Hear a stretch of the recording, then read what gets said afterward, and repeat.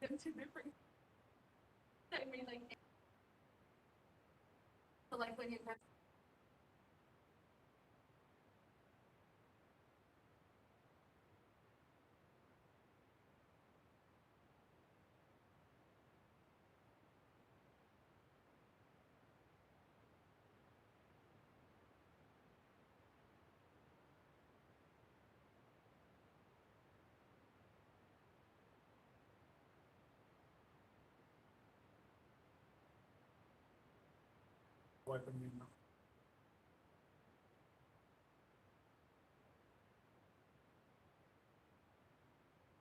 Things.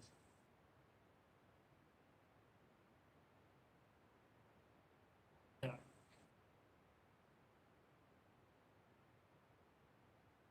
I almost think this semester in some ways is harder. It's really good to see you guys, but this blend of like have an in-person meeting and get home and have a virtual meeting and then like chaos.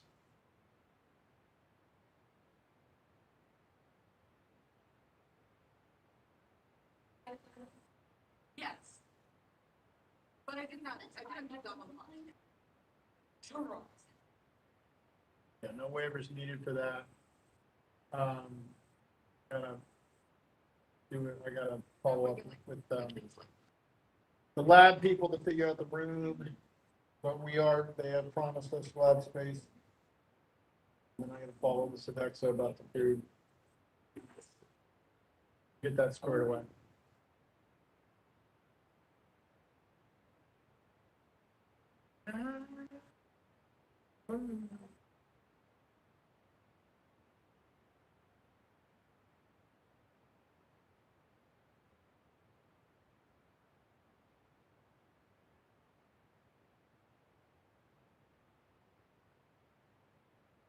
Yeah, well, Tim just put the announcement up.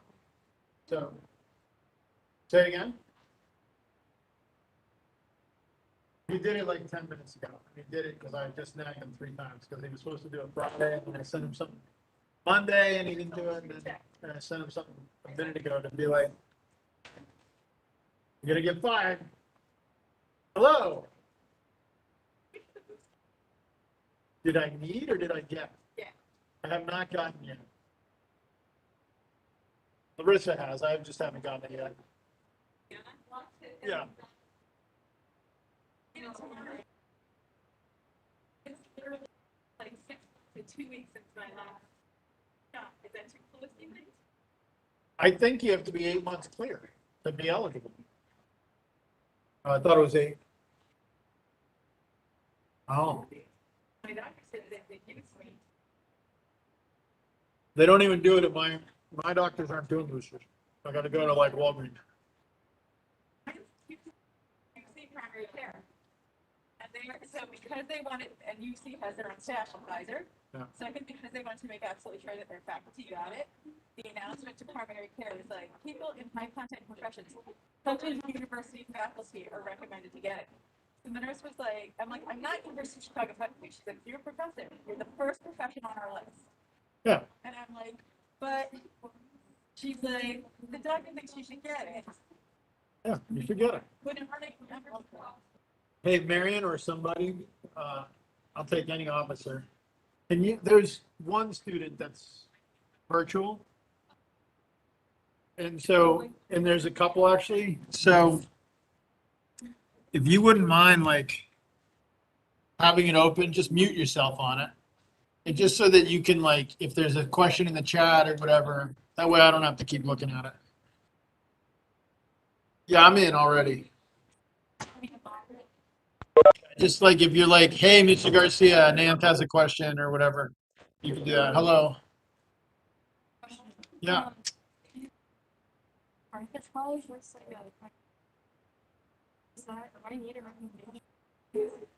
I mean, I'd have to see their thing. Yeah, it's different for every school. Yeah. Yeah. Yeah, no problem. And some of them differ. Sometimes it's just like a certification and sometimes it's a letter. Yeah, just let us know.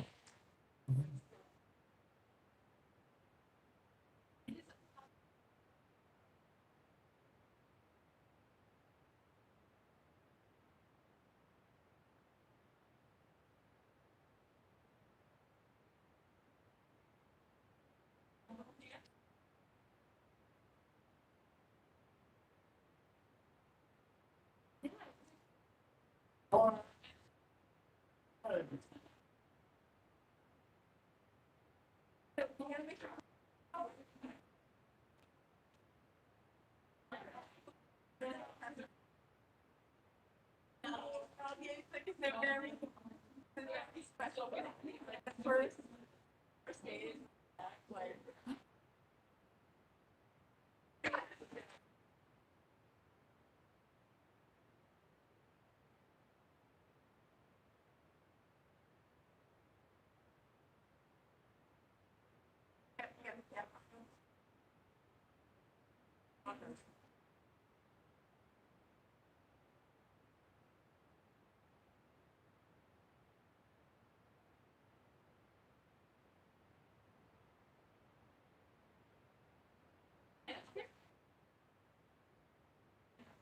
They haven't met before. Let's see who is here.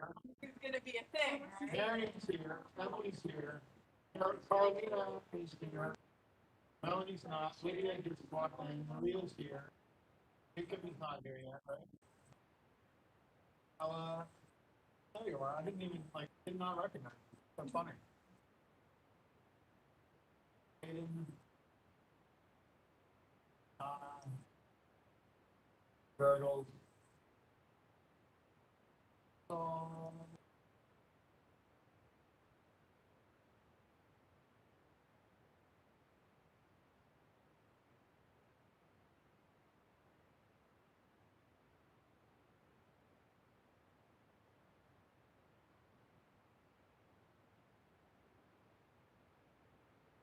Is anyone here that's not on this list? No? Do our guests know? There's no guess. Let's Elmer's not- can't make it today, and Jordan is sick. Oh, I thought Melissa was coming. Oh, no, Jordan was coming. Who's Melissa? No, okay, it was No. gonna be Jordan. Sorry, okay. Oh, okay, all right. Okay, well, I think we have most of the people that are coming. We do have a couple of the normal honors type things before we do kind of a different meeting. It's a workshop, so, this announcement, hello. Who's that? There you go.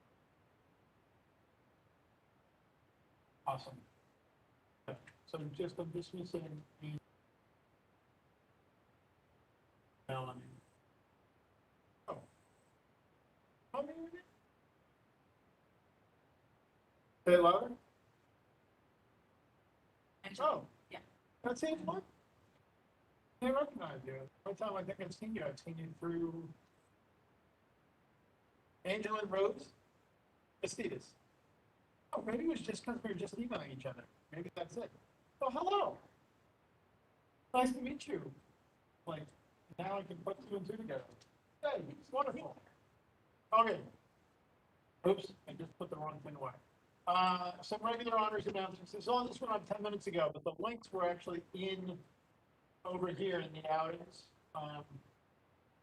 So first, just a note, a lot of scholarship and financial aid info that was up, and we didn't want to clutter up the announcements too bad. So we put them all in the scholarships and financial aid info section. And then under outings and meetings, this is the last few meetings of this semester. Then it's the next 2 weeks that are real busy. So the 16th, that's next week, it's Tuesday, is the VTK induction. Marion, you and software helping out, right? And then on Friday, we're doing the tie-dye. This is 11 to 1:30. I think that said 10 to 2, so I can fix that. There's Melanie. And then I hope you guys sign up for the Saturday Forest Preserve thing. You were there, right? Who else was there on Forest Preserve the first time? It was a ton of fun, right? Yeah. A lot of fun. So it's like a weird thing to describe as fun because you're like, we just tore stuff down and burnt it. But it was fun. And there's a fire, you're burning stuff, stay warm. So it's a kind of a nice experience. you know, just get in there and roll the sleeves up and start tearing stuff out of the ground.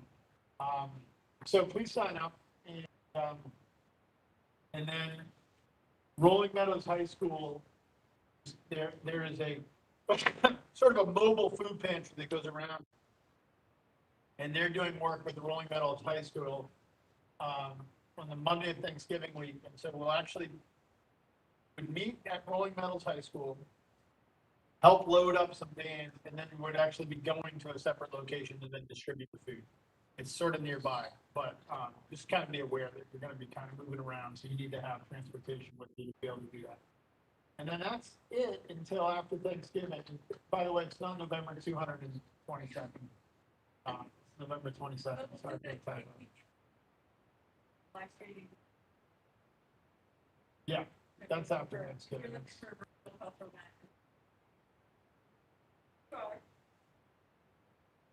Yeah, and here's all the sign-up sheets, so please sign up. You don't need a waiver for the tie-dye. We should probably play by the rules, and do waivers for the forest preserve and food pantry out. So the waivers are all available right there. Well, it's also the case for the forest preserve. We're not, both of these things, if transportation is an issue for you, we can help, but otherwise, we're gonna plan to meet there for both of these events. And it's just easier than getting Harper transportation. But let us know if that's a problem. But so, we'd like to do waivers if possible. So, Billy's out. Emily has been nice enough to be the person collecting waivers and harassing you when you don't get them in. So make sure you send their waivers to Emily. Please sign up soon. They should be fun. And I'm really glad we're doing this thing at Thanksgiving week. It's just, you know, it's a nice year to remember the giving part of Thanksgiving, so, right? So there you go. Cool? Cool. Any other like pressing things? I know we always are like, just so you know, the Commons Project's doing stuff. Just so you know, the Understanding Project's doing stuff. It's a joke.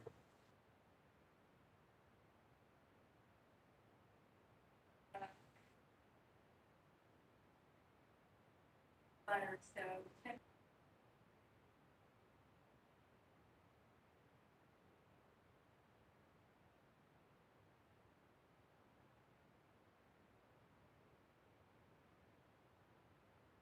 Kappa, and your age and also you're also workforce scholarship. Those are for people that's got to find a partner. Two categories. Check it out, and you can all of this like it's a common app, right? Fill the stuff, and then apply for all the things for which you're eligible.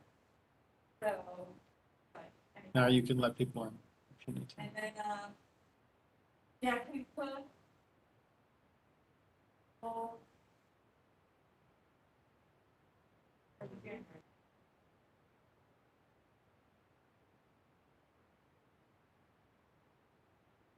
All right, groovy. Anything else? I was joking about the fact that we always make those announcements, but it's good to make the honors and action and called project announcements. Melanie? Yeah. The Monday of Thanksgiving week. And we do not, this is obvious, I hope, but there is no classes. necessarily obvious. For how many years? Right, yeah, we never got Wednesday off, yes. For you guys, for you, it's normal, but for us, it's new relatively. So Harper's not open Wednesday, 24th, so there is no honors meeting of any kind on the 24th. So we'll be virtual 17th, and currently we're scheduled to be virtual, like Thanksgiving week would have been in person. So like December 1st or whatever is virtual. We don't have anything for that day. We were gonna do like virtual sort of fun and games and then in-person fun and games in the last week. But there's some faculty who also had offered to come in and be speakers. So we could do that too if we prefer, but we could talk about that. Cool. All right. If they wanted an essay workshop, we could do that. People were from scholarship stuff. Sounded like most people wanted to wait. But if you have to change it. Yeah. Is that me? Oh, that's me. Who am I looking at? Oh, that's you, Marion. Okay. I'm like, why is there a person in my camera? Okay, well, so I feel super bad for Melanie because she has to sit in my FYS class and talk about the same stuff. And Daniela did it last year and it didn't work because she's back at this workshop. Um, so, um, I just, hello. We did this the first time, I think 2 or 3 years ago. And I think students found it useful. And originally, as you know, we were going to do it on a different day so that we could have a speaker today. But I had to get tested for COVID. Everything was fine. But we made it work. Hey, good, yeah, come on in. So how many of you are transferring, you think, this year? Like, next fall, you're gonna be somewhere else is the hope. Okay, okay. And then is it the rest of you is next year? Okay, cool. So, all right, so the anxiety is high. By the way, I have a complete random question I want to ask you. I've noticed this in FYS class. A lot of honor students are coming in with more and more AP stuff, right? For how many of you is this actually turning into being a source of anxiety in that like you are finishing too quickly before you're ready to decide where you want to go next? That you're feeling like you've got to make your decision about transferring in 6 months instead of in a year and 6 months? Or is this like not a thing? Sort of? Nobody else? Sort of. I'm getting a little sort of. All right, I was just curious because I've noticed that like I have some students in the FYS class who are like very undecided about where they want to go and are like having to decide even though they're in their first semester at Harvard. So it's sort of interesting. How many of you who are planning transfer at the end of this year, I'm going to guess I know the answer to this because you're in the room, have a good sense of where you want to go? I have a feeling that'd be a low number of hands. For those of you who have a good sense of where you want to go, where is that place? Daniela? Roosevelt? Who's talking? Oh, okay, all right. With the mask, I can't tell. Okay, Roosevelt, in Schaumburg or in the city? Schaumburg, okay. And that's primarily because of location? Primarily because it's for no farms. Okay, pharmacy school, okay. Danielle? UIC, and we had talked about that even last year, right? So, yeah. Marion?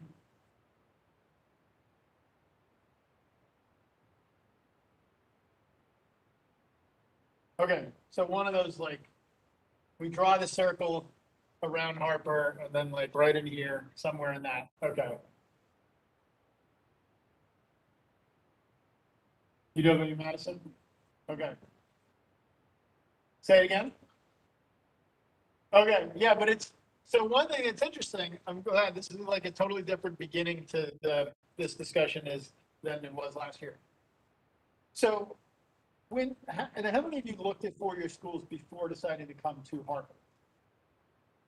Okay, so actually let's start by talking about that. Like talk me through what that looked like. When you went to look at four-year schools, how did that go? Like just someone volunteer and tell me like, I met with a counselor and we did this, or like, I don't know, I just like Googled some stuff, or like, how did you begin to think about places you might want to go if you didn't come to Harvard? So when you first did your college search, who wants to be my brave volunteer?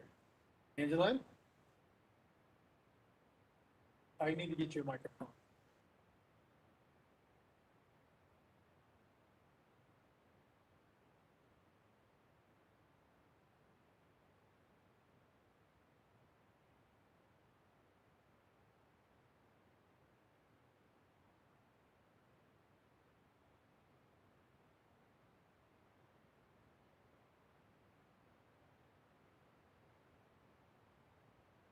Okay.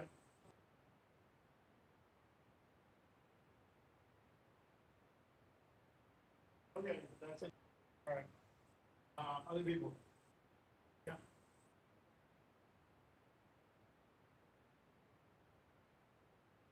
Okay. She made you want to, or she just made you? Okay.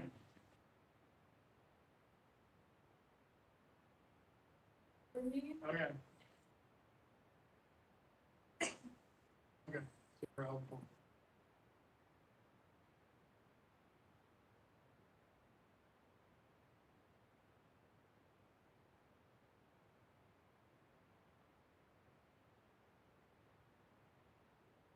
Okay, awesome. Anyone else? Connie?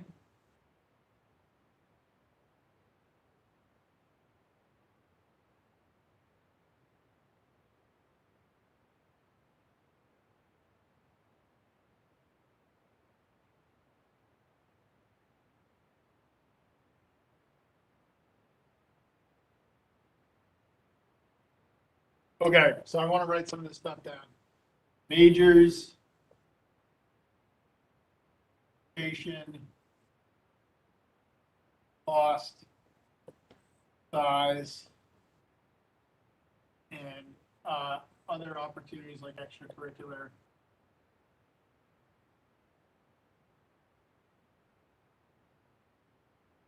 Like specific ones, right? For Angelina, it was because you had like very specific thing you're looking for, not just I want to go to a school that has extracurricular stuff because they all have. Okay.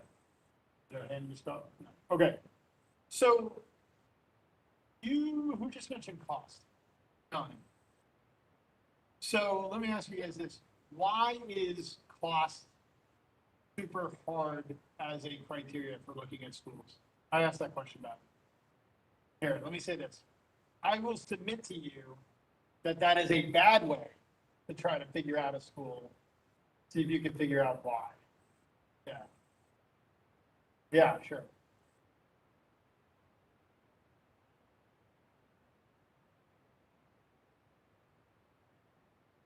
Yeah. Can you guys all hear? Yeah. So the stated tuition is often not at all representative of what the actual cost is going to be. Right? Yeah, for those of you who came to the virtual meeting with Lake Forest, it's one thing that's nice about how Jordan does that, and they break down, like, here's what it actually costs. If you're this type of student, if you're that type of student, and a lot of schools that do that, but you can't, it's usually like, you gotta be kind of into the process before you can get that far down the road. So, yeah, I think so most of the time, right, when we look for schools, we look for, nobody said this, which was interesting, nobody said, like, name. Like that you were like, well, I just wanted to go to like Harvard or University of Chicago or wherever Professor Tamasian went.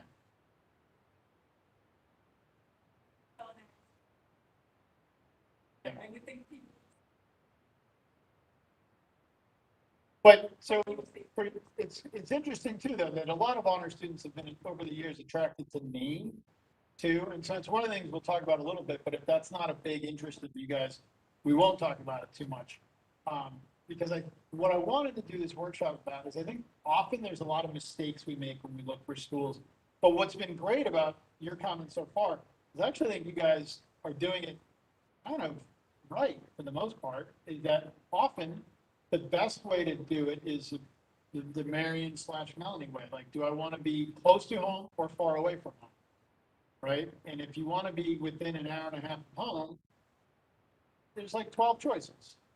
Let's just put them up because, like, let's say that you want to be pretty close to here. Where are the common places we would all transfer?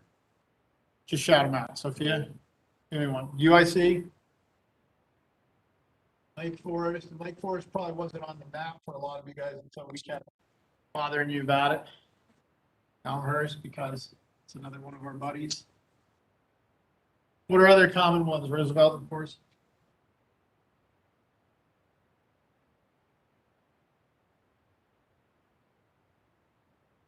What, huh? Northeastern? Yeah.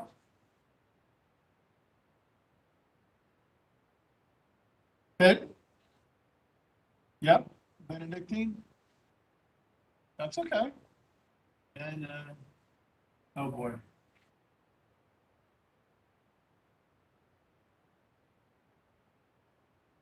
Well, what's kind of crazy, right, is that like, we could probably get 30 schools up here. There's a lot of schools around here.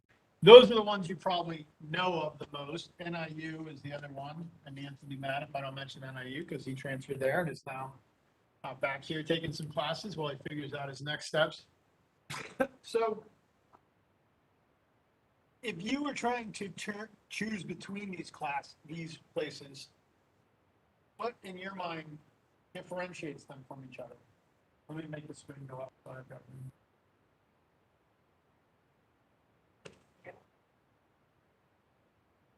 University of Chicago.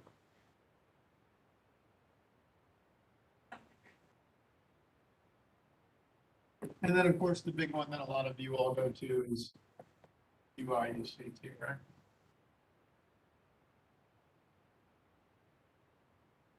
So how would you decide which of those schools is right for you? Melanie? Get you next, Jacob. Turn it up.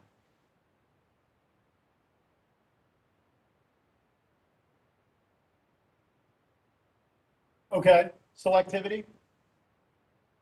Okay. You know, it's interesting that you said standard education, because like we talk about this a lot. I've taught at Loyola, because I'm a grad student there. I've been a student at Bates and University of Chicago. I've been a student at Boston College. You take an intro to philosophy class here, it's the same as the intro class at any other. Quality of education is surprisingly not the biggest difference from school to school. So we should talk about like lots of dirty little secrets. Talk about it.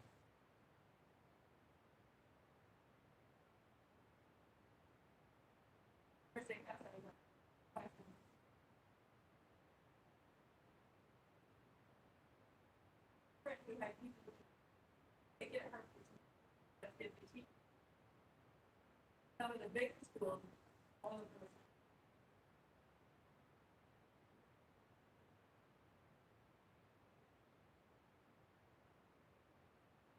Yeah. So I'm going to kind of jump all over the place, but if we want to talk about very specific things, we can do that. What I was going to do since this popped out is to talk about this next. That'd be good? Because I think there's a couple of like dirty secrets that I think would be fun to talk about. This is one, and the other one I want to talk about is the money game. And they're related because they play off of each other. And it's, so whenever you're like thinking about going to a particular school, you're basically, anything you do anything that costs money, you're trying to figure out what is the benefit for the money. So something might cost way more than something else, but if it is way more valuable, it might be worth the extra cost. Right? But you wouldn't just buy like a much more expensive thing if it was of no greater value. That's just wasted money. That's a bad idea. So it might be that if you graduate from Northwestern with $40,000 of debt, or from Benedictine with $0 of debt, if Northwestern adds $40,000 or more of value, that was a smart decision, even though it cost you way more money. Now, we just said the quality of the education is not necessarily difference. So what do you get, I think, when you go to a big name school? What do you think is the value you get? Donna and then Angela. I forgot to call on you earlier, Jacob. I'm sorry. Fine. I get Jacob first, and then I'll Get the same education, but it's at a higher. Yeah, so that's and when I say cynical, I'm not saying wrong answer. It's just like you're just paying more for the same thing. But I think that is more complex than that, which is interesting. And I don't know how to feel about this. Donna? Yeah, I think part of it is what you get. This is why it's, I think, dirty secret, is you get opportunities. Not because the education is actually better, but because the reputation is such that it is people think it's better. So it just carries more weight in a few ways. In some ways, there are more opportunities because there's going to be more resources. Like there's a difference between being in so UIC, we think, okay, that's public school. People have different stereotypes about public schools. And we might contrast that with the private school in Elmhurst. It might be that UIC is a lot better because in some ways, because if you want to go to like a research type institution, having the resources at a bigger university might be helpful, right? And similarly with some of these big name schools, like let's use Northwestern as an example.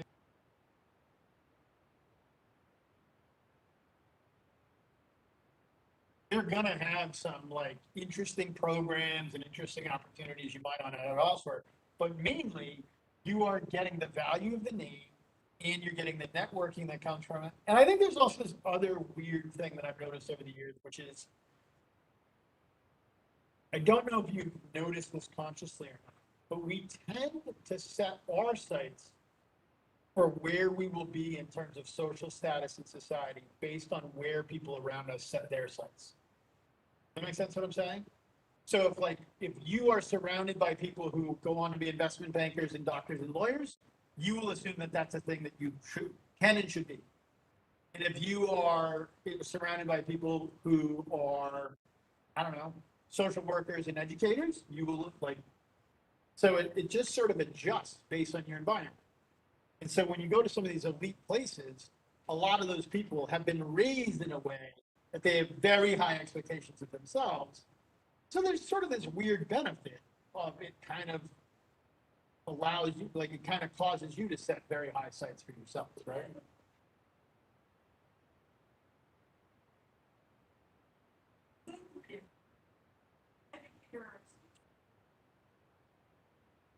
Sure.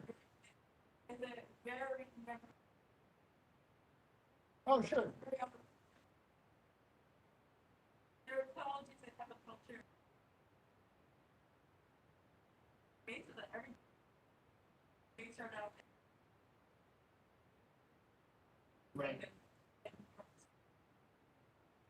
there are like if they are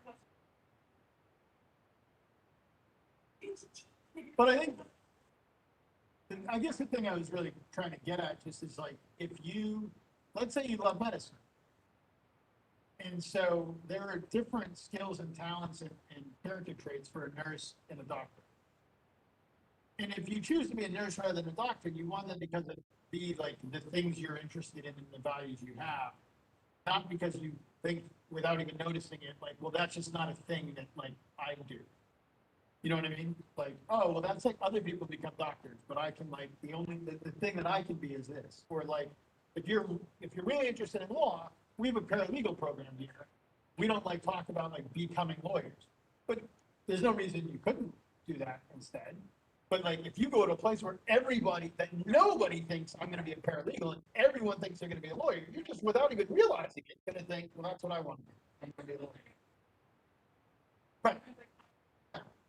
So it's an interesting like side effect. So I guess this is a way of saying there are some benefits, but they're kind of not what you'd think they are, right? They come from this like weird atmosphere you're in, which is both good and bad because a lot of students who come to Harper have economic backgrounds where if you go to a very elite four-year school, that might be a place where you feel like the poor kid all the time. And like, this isn't fun. We've had students come back and say, I do not like this. I'm at an Ivy League school.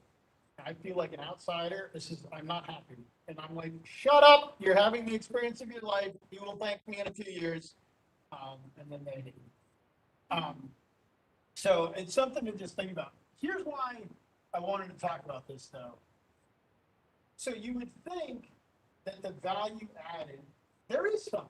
It's not the educational quality, but some of these other things. But let's say that Jacob can get into Northwestern, but barely. Right? They're like, fine, you've been fine. Okay? You're the last one admitted.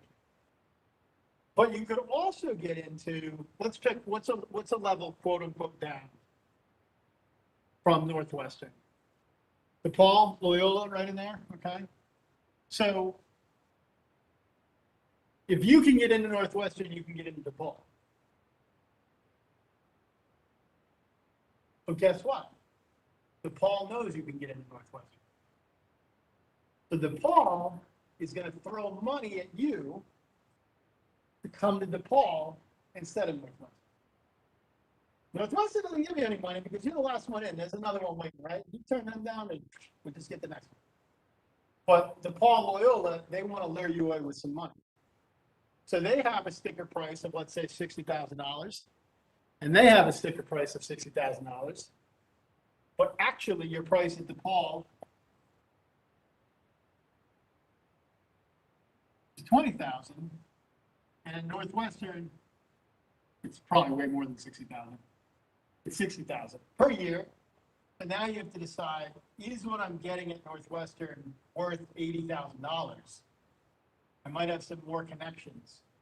What do you guys think?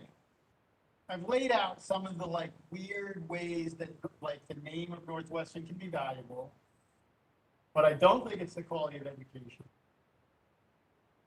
Would you make that trade? Which one would you go? Assume everything else is equal. They're both in the city, they're right. Like, which one would you pick and why?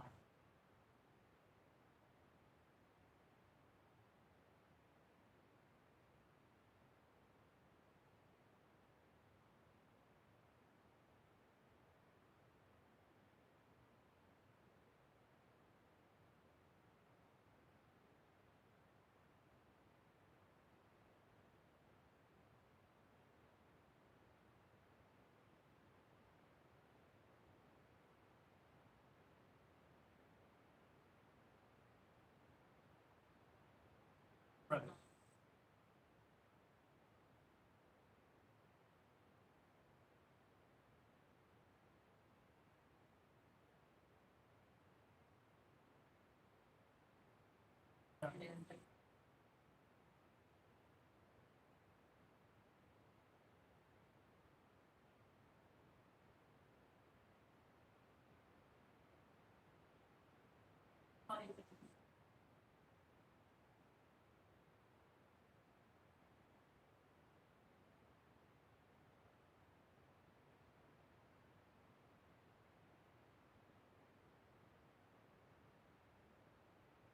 Yeah.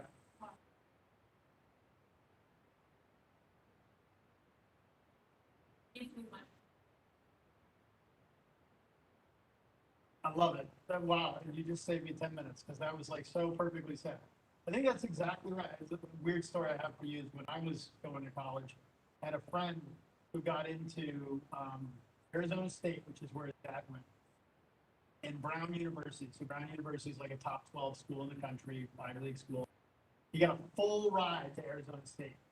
Had said, I will give you $1,000 a month that you're at Arizona State if you go there, because you'd be saving me, you know, upwards of $200,000. The kid went to Brown.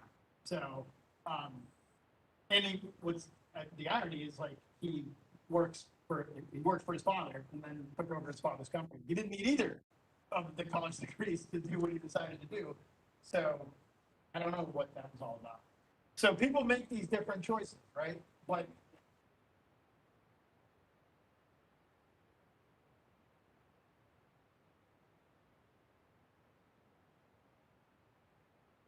no, it's good. And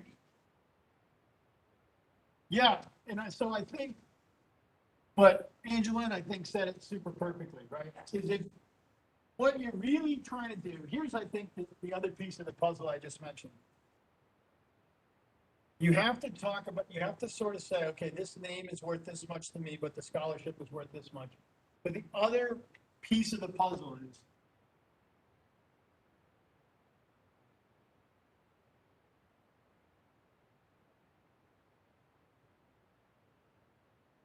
where will I thrive? Because guess what? Even though there might be more opportunities to the average student in Northwestern, if you stand out from the crowd at a place that might not have the same name, you offset them, right? Because guess what? Like Marion is like the best student I've ever worked with, and I'm going to write this amazing letter and all this stuff, and that's going to easily compensate for the fact that it was DePaul instead of Northwestern, right? So like, what matters really is like feeling like you can succeed at a particular place. And then what really dictates feeling you can succeed, well, let me ask you that.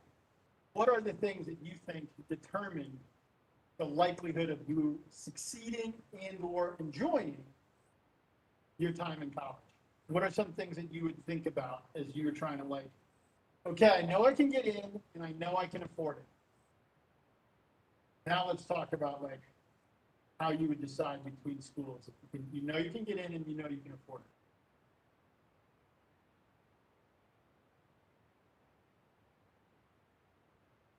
Okay.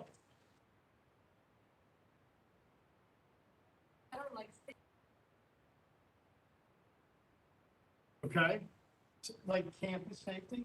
Okay, awesome. So,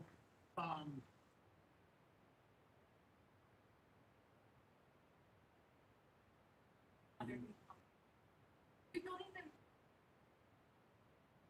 they won't even. They have what I'm like with estimated, a lot of times you get taught by a teaching assistant. 20. So, okay, that's helpful, Mary.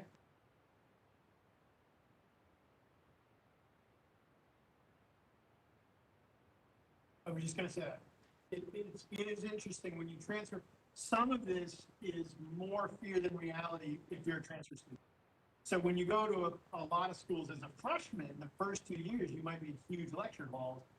Actually, if you transfer in as a junior, classes are beginning to shrink, depends a lot on your major.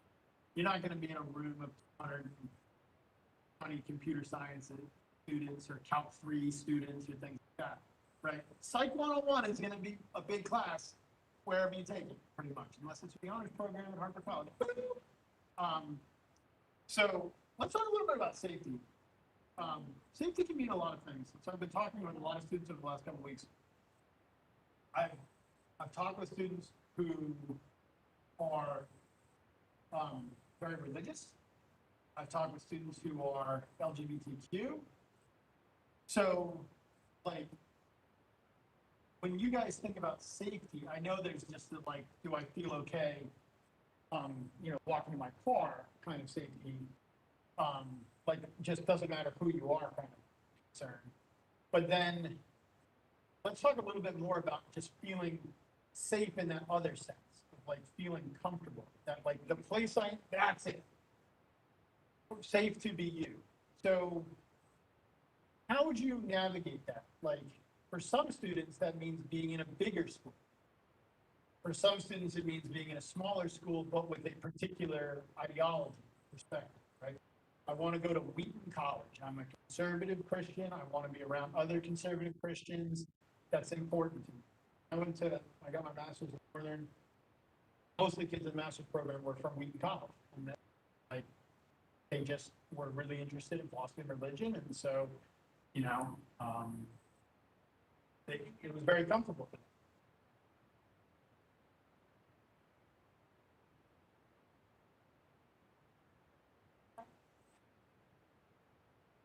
So,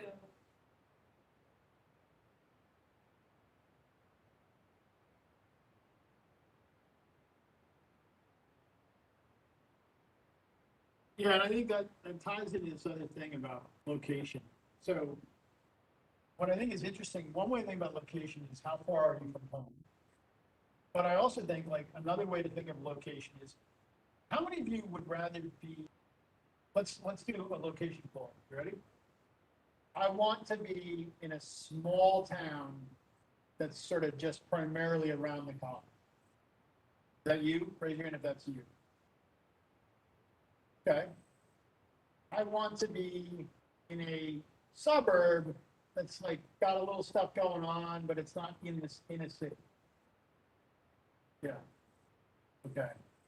I want to be like in the city or city adjacent.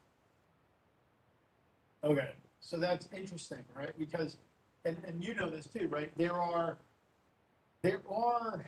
so like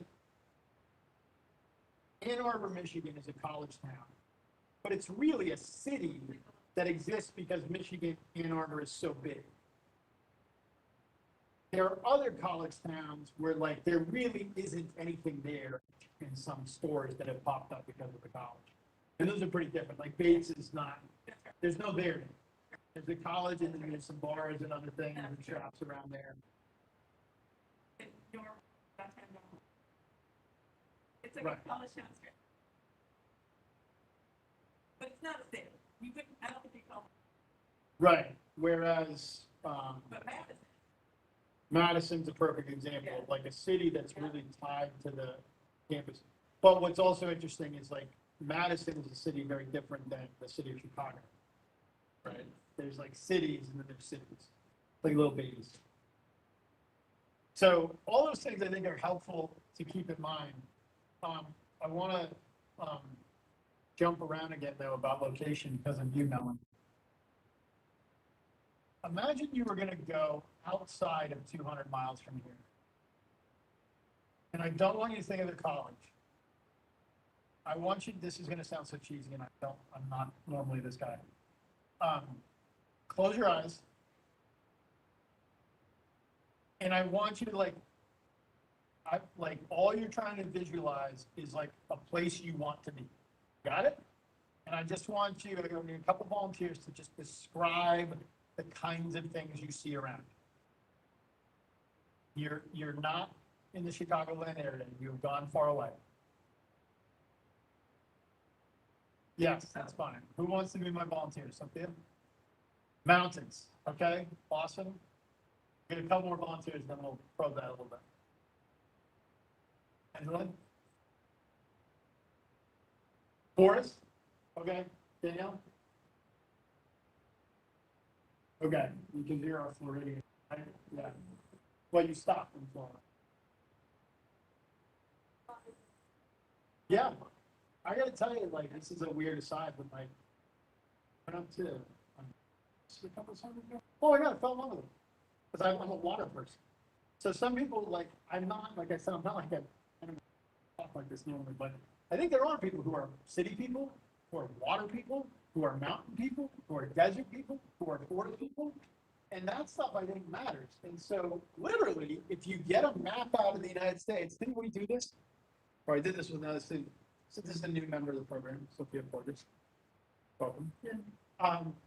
So, you know, you can kind of look and like, with one student earlier this week, it was like, okay, nothing below this line, nothing west of this line. And it was like, we had carved out, basically like we started Minnesota, we go Illinois, and then we went around Ohio, Pennsylvania, we went down to North Carolina, and then came up, and like, we found the part of the country that felt right. It was like, I don't want to be in a conservative state. I want to be in a place where there's either water or hills or mountains. And like, then we're onto something. Instead of picking from 300 schools, you're still picking from 300 schools, but you're starting to shrink the list a little, right?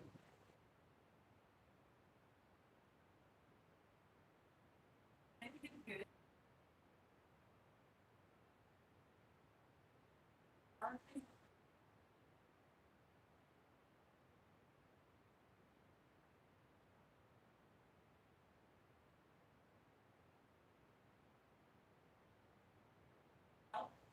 There would be, like,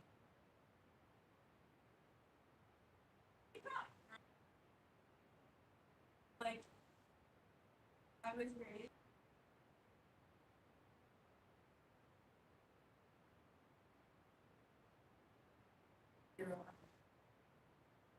Felt like that felt, I was offered a job.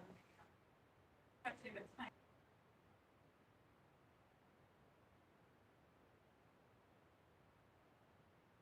Yeah.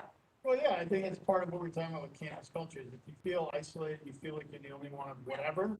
Yeah. How hard it is to be the only bald person all the time, it's very difficult. Let's joke. Can you imagine if I was bald all the time? Although I was bald at like 23, so pretty close. So here's the thing, we're gonna run out of time quickly, and so I want to show you guys that, like, and by the way, we're happy to work with you individually to find very specific schools, and I'll try to leave time to talk about a few specific schools if we want.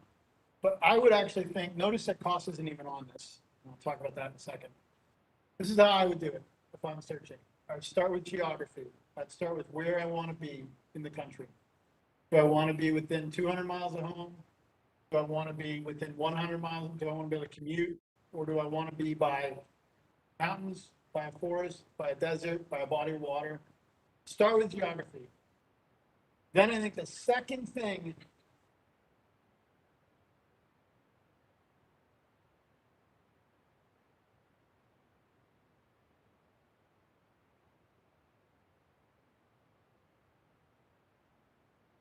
It's like, yeah. Well, no, it's good to, I mean, that's actually a nice way to think about geography. It's like, yes, I want to live in the mountains.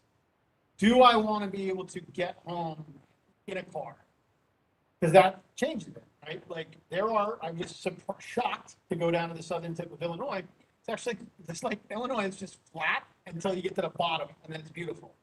But like, there's really nice hills down there. So there are places where you can be a day's ride away. Minneapolis, Wisconsin, right? Those are all places I'm looking, because you said Madison earlier, right?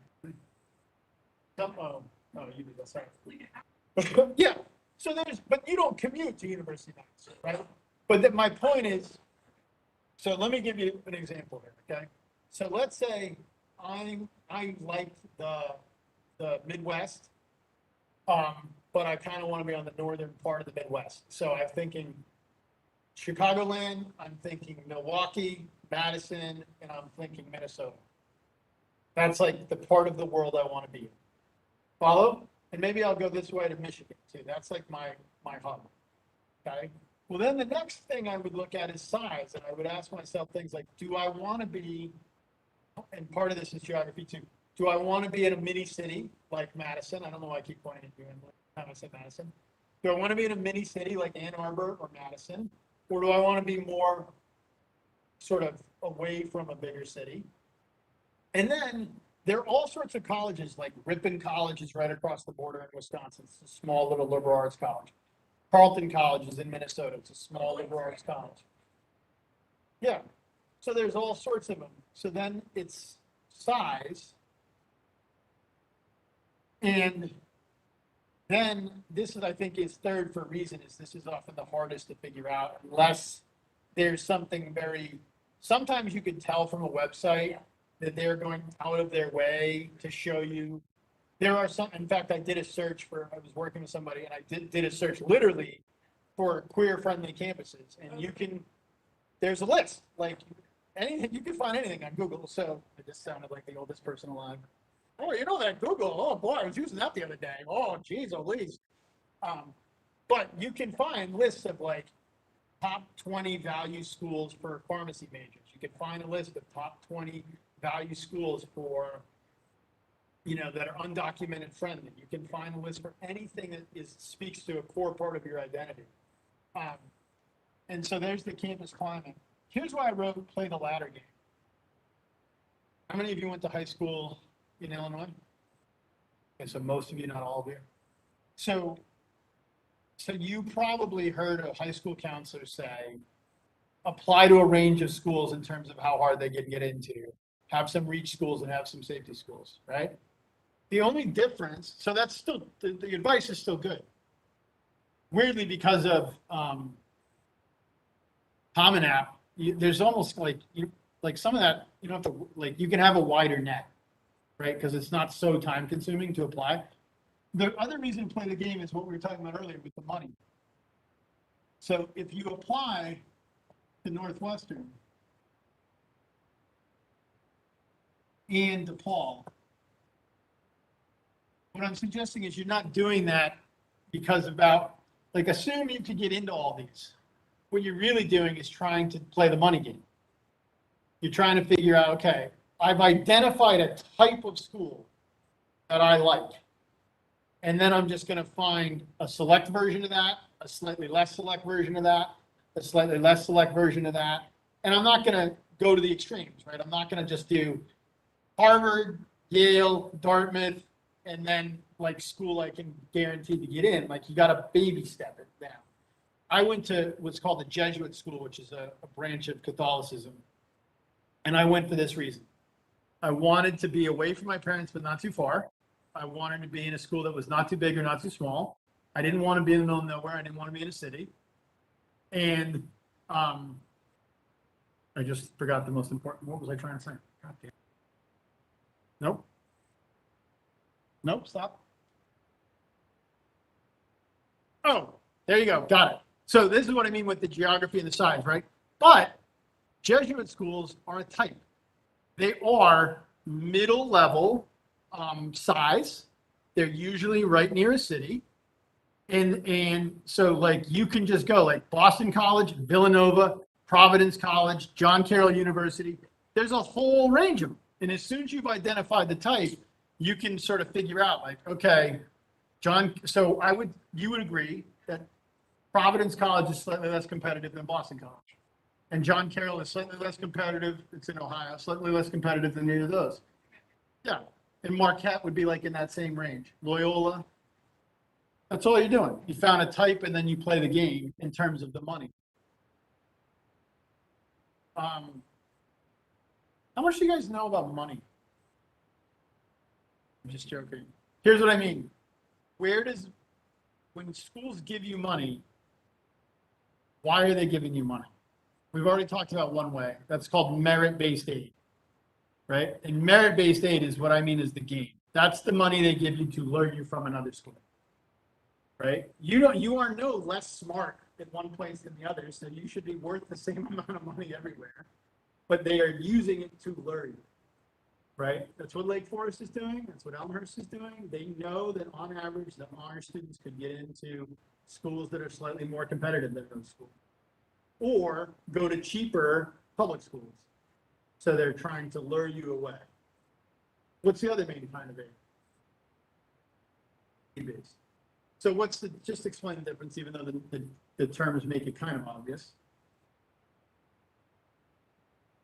Go ahead, Jacob. What's the difference between need and merit-based? So base aid is based on how well you do it.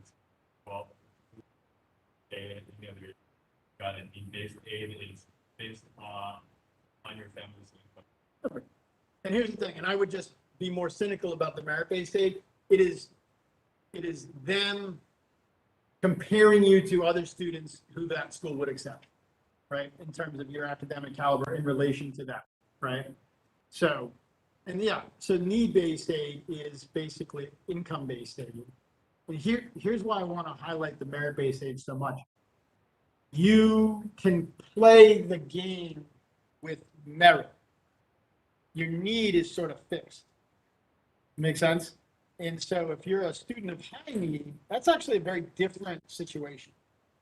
For a lot of students at Harper, you fall into this category of either you or your parents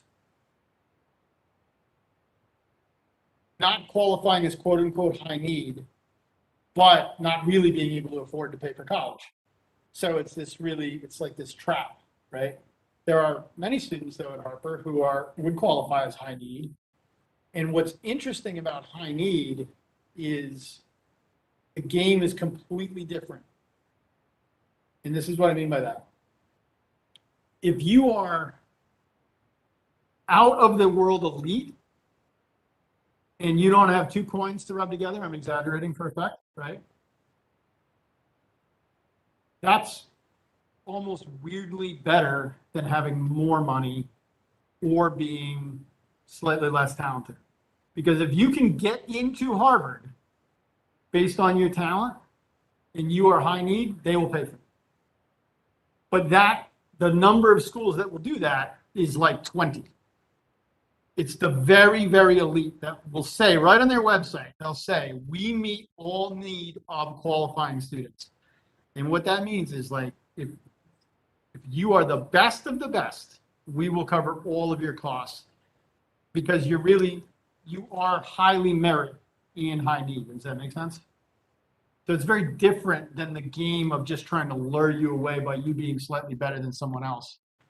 That makes sense.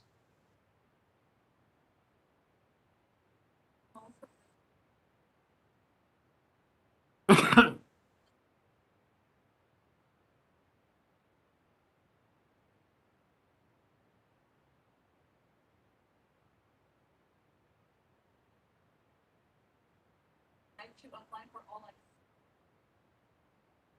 Mm.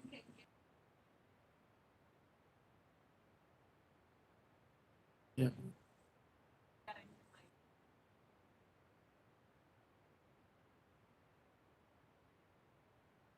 Interesting. Yeah, and that's what the Jack Kent Cook essentially is. It's the one we keep mentioning to you. If you're high need, high achieving student, there's like 70 of these in the country, but we've had a lot of we've had winners over the last 10 years.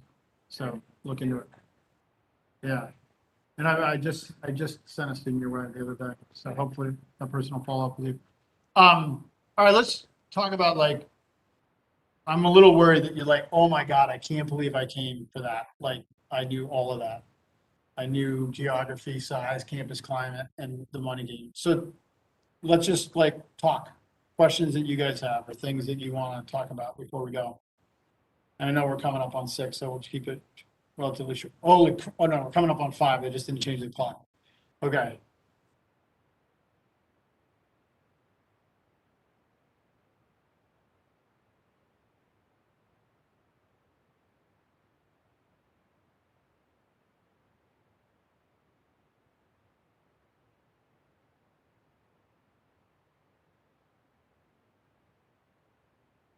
God, what a great, I wish we need a whole nother workshop.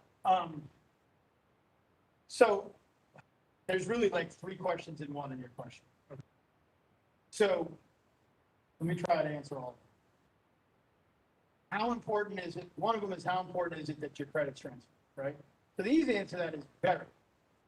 Because one thing that can be disappointing is a lot of times, especially at UIC and UIUC, is on average, our students are not finishing in 2 more years, they're finishing in 3 more years. Because they are surprisingly annoying with the way that they take transfers, even though we should be a perfect partnership, right? We're a public 2-year, they're a public 4-year. If you did this in California, it is seamless.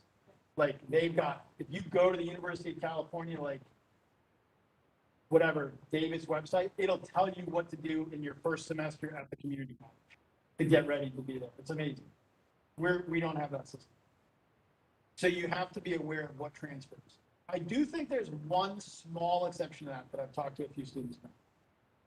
Some of you are on scholarship. And some of you might have a scholarship that will cover more credits than you actually need to take here. And I think you all know that on average, schools will not take more than 66 credits when you transfer. You know that? Now you do. Elmhurst actually takes a little more. They'll take up to 72, so they're pretty generous. Here's the exception. If you don't really know what you want to do, or even what you might want to study for a major, and you need some time to figure it out, and there's some classes that interest you, and you don't actually care if those particular classes transfer, you're just taking them to help you figure out what direction you want to go in. This is my opinion. A lot of people would disagree. Probably advisor would tell me I'm a bad person and I shouldn't be giving this workshop. I don't think those are wasted credits because they're free. But that's the key word, free, right? Like if that's costing you money, you need to, again, it's the cost benefit analysis, right? Anything free, you are using time. And I do think sometimes students overvalue, like I got this job in 2005, full time. So I was 30, which is old to start your profession. It's not old to be an academic, it's actually pretty young to be an academic. But to get started with professional life, a lot of my friends started when they were 22, 23 years old. So you feel behind. I'm still looking at a life sentence and I've been doing it for 20 years, right? Like I will, if I retire at 60, I've got 15 more years to go. So I do think that like, I don't want to be behind, I'm in a rush. That's like something sick in our culture that we should probably like try to put aside. Like it's okay if it takes a little more time. Like,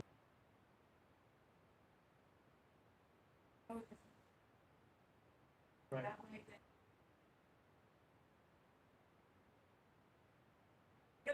Right. Yeah. I think there's so much that happens. Transfer is such an interesting time for this reason. A lot of students might say, well, I'm going to take time off because I'm not sure yet. Careful. Most people that take time off, unless it is part of a plan, the end of the plan. You have to be very careful. Or you might be gone for 4 years instead of 6 months. And so if it's part of a plan, normally that works well. You apply, you get in, you defer for a year, you know what you're going to do for that year. That works great. So here's the other part of your question about credits transferring. Because it's not just how important is it, but how do I know if they will? And I think the only advice I can give is that you need to work it from both sides. And what I mean by that is you've got to talk to the school that you're going to, and not just Harper. You got to make sure everyone's on the same page. And that is an argument. I know it sometimes like sounds like we shill for like Forest and Elmhurst, but that is an argument for some of the smaller schools because you get way more one-on-one work.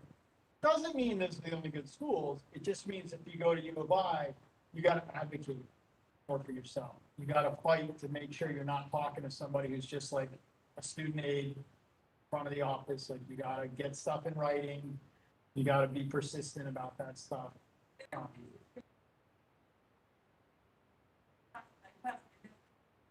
Syllabus from Harvard. Yeah. And just so like in a place like Forest Brown Market, someone's gonna sit down with you, be like, that's fine, please go look toward your major. Like, whereas there are places where it's like, That actually happens in the honors program a lot. If you're Yeah. transferring from here to another honors Yeah. program, we often get calls to say, can we see the great ideas syllabus? And that's good. We actually, I don't know if you guys know this, but we have partnerships with a lot of honors programs at four-year schools around here. So if you do go to Northern or Northeastern or ISU, you can go right into their honors program from ours. And it's kind of nice. And that can be like a nice way to have an experience like this in a bigger school that is more like Northern is more like an open access school than Loyola or DePaul. It's more like Harper in the sense that like there's going to be a range of how prepared the students are there. One of the things you like about the honors program here is being that everyone in your class is pretty engaged and into it. You can recreate this environment pretty much wherever you are. That'll also help you like with your success. honors housing, too. You could actually,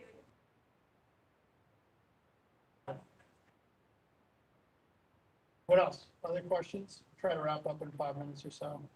Jacob? So, for whatever college you're gonna transfer to, do they consider, GPA that you, got both high school and the school you transferred from, just like college, or do they only look at, one of those schools?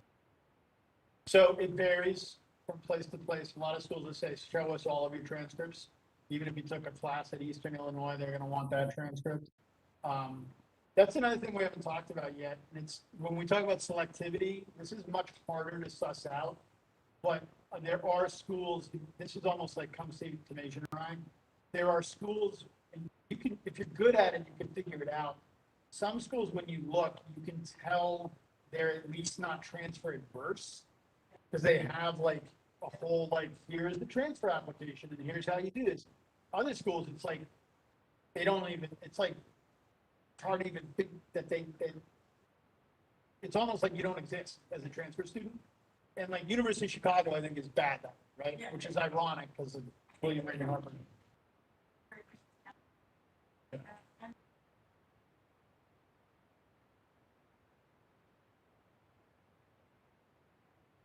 I think they want to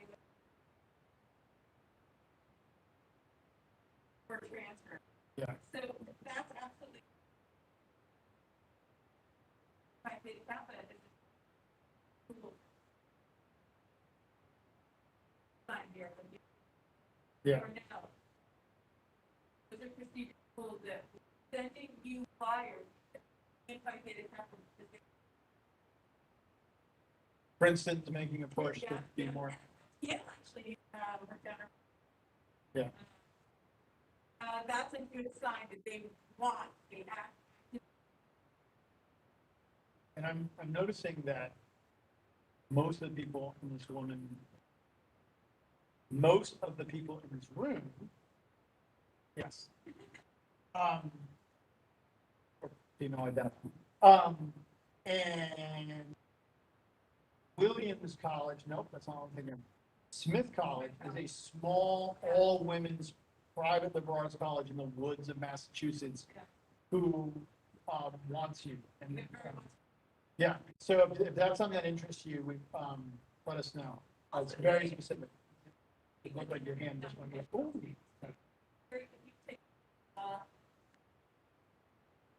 Frankly, that's where it takes off. For a cool college, not quite like It's like Amherst, right? Is that what it is? Yeah. Hampton is Yeah.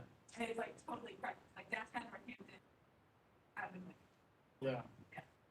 It's interesting too, when we talk about geography, there's some quirks in geography too, like, you know, DC is not so much about physical geography, but it's about like, I want to be where the political pulse of the country is. Or if you go to a place like Smith, or there's another place called Williams, they're in what's called the Five Sisters colleges. And so there's 5 small liberal arts colleges that were all within an hour of each other. You can draw on the resources of all 5 of them. So there's like weird quirks, right? Which is like impossible to talk to 20 people at once about. But it's funny, I'm not an expert in this, Tanisha and I aren't experts in this, we're not advisors. But what we do is we think about it a lot, because we see you guys a lot. We've gone through it, and a lot of it is just kind of like, you could do all the Google searching in the world, but if you just weren't aware of like John Carroll, you'd never probably run across John Carroll. And so some of it is just because we're old. We've been around a little bit. So we can help you guys find like, oh, yes, I've got 4 schools in Tennessee that I can think of. And so if you just need like someone to sit down and do that with you, or even someone to just do some Google searching with, we're very happy to do that. I like enjoy it, to be honest. Feel like we're, and that's not uniform, right? But certainly we hear, you know, we have the, you know, alumni who went to USC, like, I think it's too big, and like, Yeah. transfer here. I tell her, like, oh, transfer here, like, so we definitely have a sense of our program. Yeah. Oh, sorry, I didn't mean to interrupt you. I just had a thought. I didn't mean to interrupt. Sorry. Well, there's one other sort of little lesson that I wanted to mention before we leave, because I see this mistake a lot. Your transfer school is not a graduate program. And that's super important. I see this mistake all the time. Angela, you mentioned a program that you were interested in. Sometimes that's exactly right, that it's like pre-vet might be something that you really like. I need to go to some pretty specific places. But even pre-vet, often that's just like, I need to be a bio major. Often what happens is we think we need to go to a school because it has our program, but they just call it something slightly different. And it's actually pretty rare that the program that you need or the reputation of the school in that program matters at the undergraduate level. Does that make sense?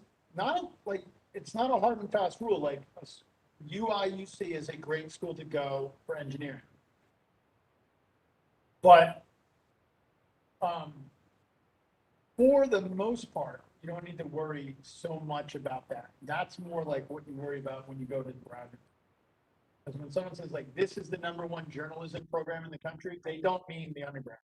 They mean the School of Journalism. Northwestern is an example. Yeah.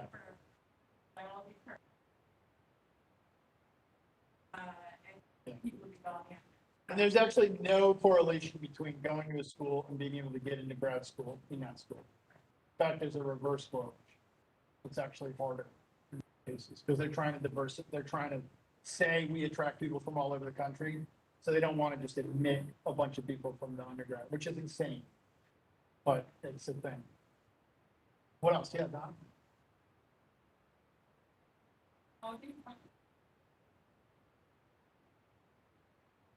Well, that's kind of what I mean is that, like, generally